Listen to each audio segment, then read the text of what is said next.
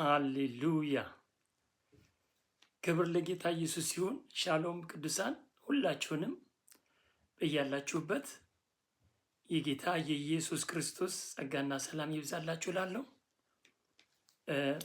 እንግዲህ በተከታታይ እያየን እንደመጣ ነው። ዛሬ ስለ ኪዳን፣ መለኮታዊ ኪዳን፣ የእግዚአብሔር ኪዳን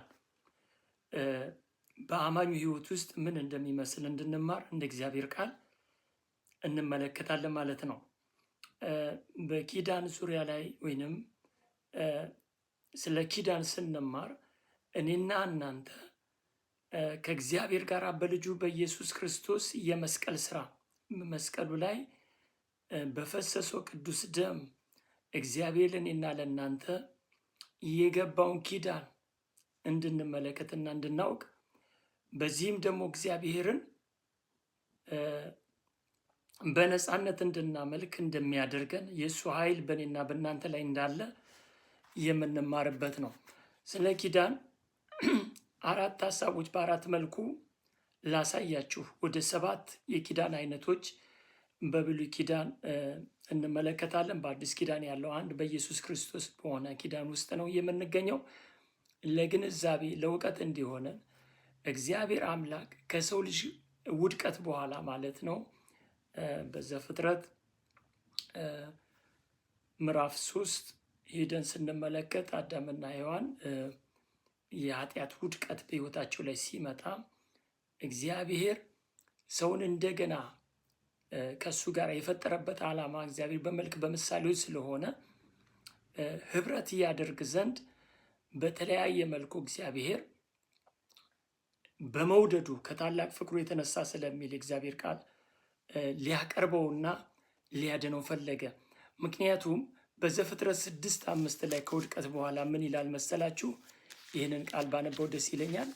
እንደዚህ ይላል፣ ተመልከቱ። ሰው እንዲሁ ዝም ብሎ ቢተውና እግዚአብሔር ባያድነው ምን አይነት ሰው ነው የሚሆነው? እኔና እናንተ ምን አይነት ሰው እንሆን ነበር ለሚለው 6:5 ላይ እንደዚህ ይላል፣ እግዚአብሔርም የሰው ክፋት በምድር ላይ እንደበዛ የልቡ ሐሳብ ምኞትም ሁል ጊዜ ፈጽሞ ክፉ እንደሆነ አየ። እግዚአብሔርም ሰው በምድር ላይ በመፍጠሩ ተጸጸተ፣ በልቡ ማዘነ ይላል። እግዚአብሔርን እያሳዘንና እግዚአብሔር እንዲጸጸትብን አድርገን ነው የምንኖረው። ምክንያቱም በራሳችን ልብ በተፈጥሯዊው ሰዋዊ በወደቀው ማንነት የህይወት ልምምድ ውስጥ ብንገኝ ከዚህ የተነሳ ነው ክፋት በዓለም ላይ በስቶ አመፅ በስቶ የምንመለከተው። ሰዎች ወደ ክርስቶስ ኢየሱስ ልብ ወደ እግዚአብሔር ወዳዘጋጀላቸው ወደ ፍቅሩ ዓለም እግዚአብሔር ወደ ዋጀበት እግዚአብሔር ልጁን ወደ ሰጠበት የኢየሱስ ክርስቶስ የህይወት ኪዳን እስካልመጡ ድረስ ወገኖቼ እግዚአብሔርን እያሳዘኑ ይኖራሉ ማለት ነው። እኔና እናንተ አንድ ወቅትም እንዲህ ነበር። ነገር ግን በዮሐንስ ወንጌል ምዕራፍ 3:16 እግዚአብሔር ዓለምን ያድን ዘንድ እንዲሁ ወዷል ይለናል። የዳነበትን መንገድ ሲናገር ዓለምን እንዲሁ ያዳነበትን መንገድ ሲናገር ምን ይለናል መሰላችሁ? አንድያ ልጁን እስከሚሰጥ ድረስ እንዲሁ ዓለምን ወዷል ይላል። እግዚአብሔር አንድያ ልጁን ለእኔና ለእናንተ የሰጠበት ምክንያት ስለ ኃጢአታችን የሚገባውን ሞት ሞቶልን። ተመልከቱ፣ ኢየሱስ ባይሞትልን ኖሮ እኔና እናንተ ሕያው ሆነን በእግዚአብሔር ፊት አንመላለስም። ስለዚህ በዋጋ ተገዝታችኋል ይለናል አንደኛ ቆሮንቶስ ምዕራፍ 6 ላይ። የራሳችሁ አይደላችሁም፣ በስጋችሁ እግዚአብሔርን አክብሩ ይለናል አንደኛ ቆሮንቶስ ምዕራፍ 6 ላይ። አሁን ይህ የሚያሳየን ምንድን ነው?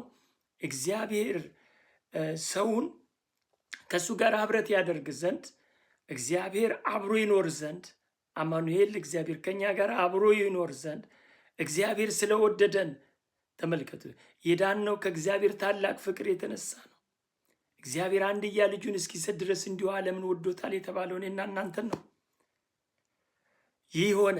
ከዛስ በሁለተኛ ሀሳብ ላይ ከመጽሐፍ ቅዱስ አባቶች እንዲሁም ከነገስታትና ከህዝቡ ጋር ህብረትን የሚያደርግበት መንገዱ ነው ይህ ኪዳን።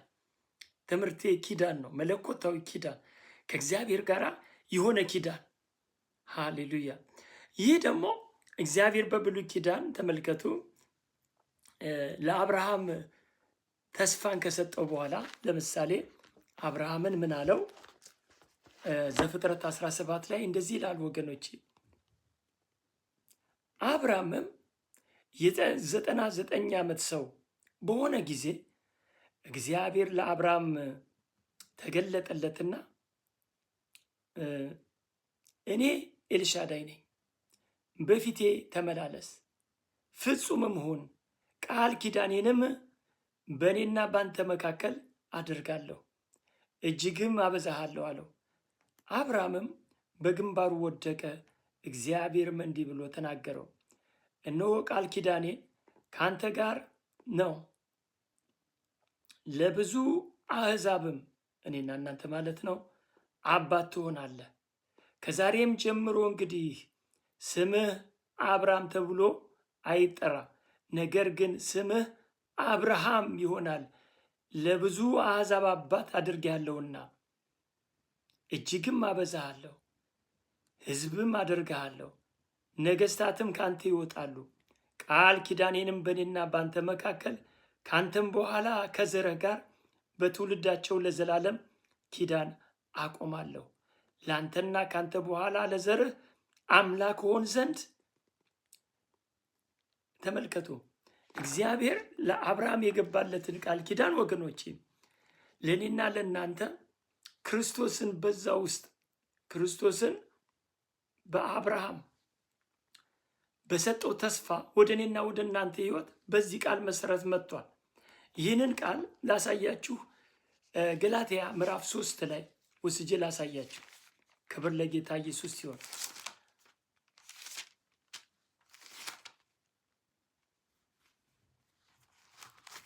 በገላትያ ምዕራፍ 3 ላይ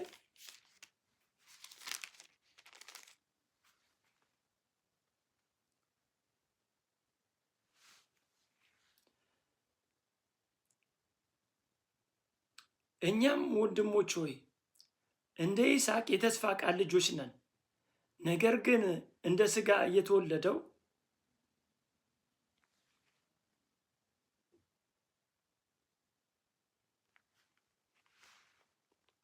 ይቅርታ፣ እዚህኛው ላይ ይሻለኝ። እንደዚህ ይላል፣ ተመልከቱ። ሃሌሉያ። እንዲህ ይላል፣ አነባዋለሁ። 3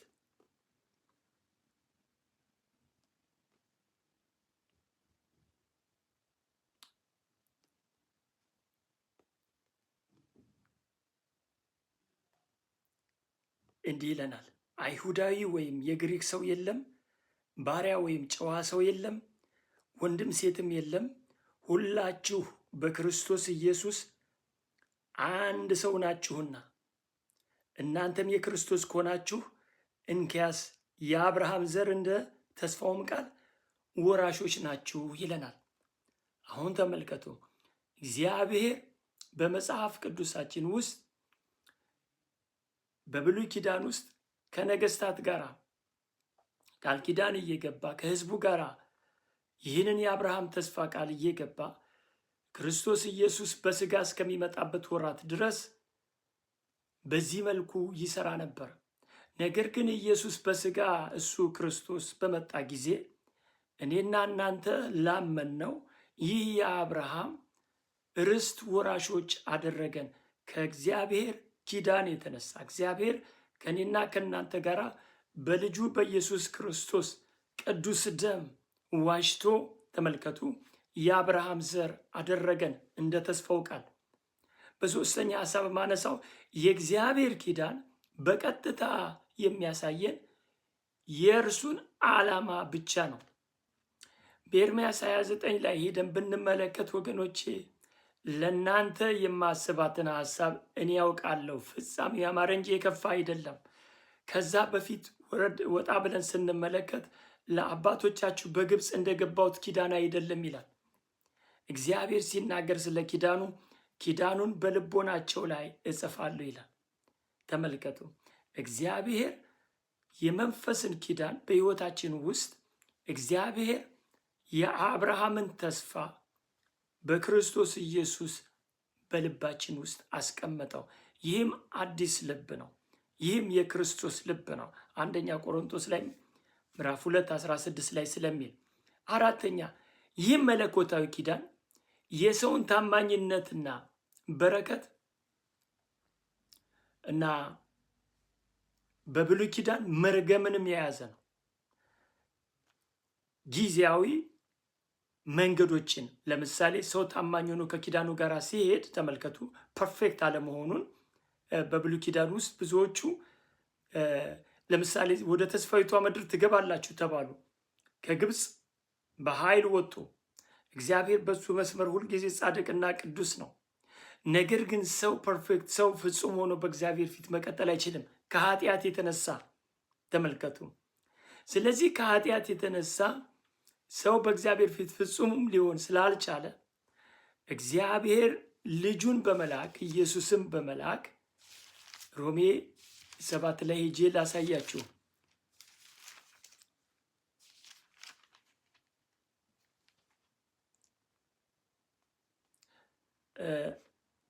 እንዲህ ይላል ተመልከቱ። እንግዲያስ መልካሙን አደርግ ዘንድ ስወድ በእኔ ክፉ እንዲያድርብኝ ሕግን አገኛለሁ። በውስጡ ሰውነቴ በእግዚአብሔር ሕግ ደስ ይለኛልና፣ ነገር ግን በብልቶቼ ከአእምሮዬ ሕግ ጋር የሚዋጋውንና በብልቶቼ ባለ በኃጢአት ሕግ የሚማርክ እኝን ሌላ ሕግ አያለሁ። እኔ ምንኛ ጉስቋላ ሰው ነኝ! ለዚህ ሞት ከተሰጠ ሰውነት ማን ያድነኛል? በኢየሱስ ክርስቶስ በጌታችን ለእግዚአብሔር ምስጋና ይሁን። እንግዲያስ እኔ በአእምሮዬ ለእግዚአብሔር ሕግ፣ በሥጋዬ ግን ለኃጢአት ሕግ እገዛለሁ። እንግዲህ በክርስቶስ ኢየሱስ ላሉት አሁን ኩነኔ የለባቸውም። በክርስቶስ ኢየሱስ ያለው የሕይወት መንፈስ ሕግ ከኃጢአትና ከሞት ሕግ አርነት አውጥቶኛልና ከሥጋ የተነሳ ስለደከመ ለሕግ ያልተቻለውን እግዚአብሔር የገዛ ልጁን በኃጢአተኛ ሥጋ ምሳሌ በኃጢአትም ምክንያት ልኮ አድርጎታልናል። እንደ መንፈስ ፍቃድ እንጂ እንደ ሥጋ ፍቃድ በማንመላለስ በእኛ የሕግ ትእዛዝ ይፈጸም ዘንድ ነው። ኃጢአትም በሥጋ ኮነነ ይለናል። አሁን እኔና እናንተ በክርስቶስ ኢየሱስ ታማኝነት በሱ ታማኝነት ምክንያቱም ብዙ ጊዜ በብሉይ ኪዳን ሄደን ስናጠና ብሉይ ኪዳን ውስጥ መሳፍንትንም ብንመለከት ሰው በራሱ ወደዚህ ፍጹምነት ራሱን በተለያየ መልኩ በእግዚአብሔር ፊት ንጹሕና ጻድቅ አድርጎ ማቅረብ አልቻለም። ምክንያቱም በውስጡ ሐዋርያው እንዳስተማረን የኃጢአት ባህሪ ሕግ እየገዛው ኃጢአትን እንዲሰራ እያደረገ ከእግዚአብሔር ይለየው ነበር። ምክንያቱም ኃጢአት በረታ ወገኖቼ። ነገር ግን እግዚአብሔር አንድያ ልጁን ኢየሱስ ክርስቶስን በመላክ እሱ አደረገው ይለናል። እኔና እናንተ ጽድቅ የሆነልን ኢየሱስ ክርስቶስ በመስቀል ላይ በሰራው ስራ ብቻ ነው። አሁን እግዚአብሔር ወደ እኔና ወደ እናንተ ሕይወት መግባት ቻለ። ምክንያቱም በልጁ በኢየሱስ ክርስቶስ ትክክለኛ ጽድቅ ታማኝነት ነው። ኢየሱስ ፍጹም ጻድቅ፣ ቅዱስ የእግዚአብሔር ሕያው ልጅ ነው። ወገኖቼ እኔና እናንተ ያመንነው አምላክ በልጁ በኢየሱስ ክርስቶስ ያድነን ዘንድ ወዶ ወደ ሕይወታችን መጥቷል። ከዚህ የተነሳ ወገኖቼ የኃጢአትን ኃይል ሽሯል። አሮጌውን ሰዋዊ ማንነታችንን ሽሮ አዲስ የሆነውን እግዚአብሔርን የሚደሰትበት እግዚአብሔርን የሚፈልግ በእግዚአብሔር ቃል ደስ የሚለው ሰውነት አገኘን። ይህ ከእግዚአብሔር የዳናችሁት ማንም ሰው እንዳይመካ ይላል ኤፌሶን ላይ። እንዲሁ በጸጋው ነው፣ በእምነት በጸጋ ድናችኋል፣ በስራ አይደለም ይለናል። ይህ ኪዳን ነው የሚያስፈልግህ። ይሄ ኪዳን ነው የሚያስፈልግሽ እህቴ። ካለሽበት ከተለያየ ችግር ውስጥ ከተለያየ እዚህ ምድር ላይ አጥብቆ ከያዘ ተመልከት፣ አእምሮን ከሚዋጋ አጋንንታዊ አሰራሮች ሰው ነፃ የሚወጣው በኢየሱስ ክርስቶስ ደም ብቻ ነው። የኢየሱስ ክርስቶስ ደም እኔና እናንተን ጻድቅና ቅዱስ አድርጎ በእግዚአብሔር ፊት ያቀርበናል። ስለዚህ በትንቢተ ኢሳይያስ 1:18 ላይ ተመልከቱ። እሺ ብላችሁ ብትታዘዙ የምድርን በረከት ትበላላችሁ ይላል። እምቢ ብትሉ ሰይፍ ይበላችኋል ይላል።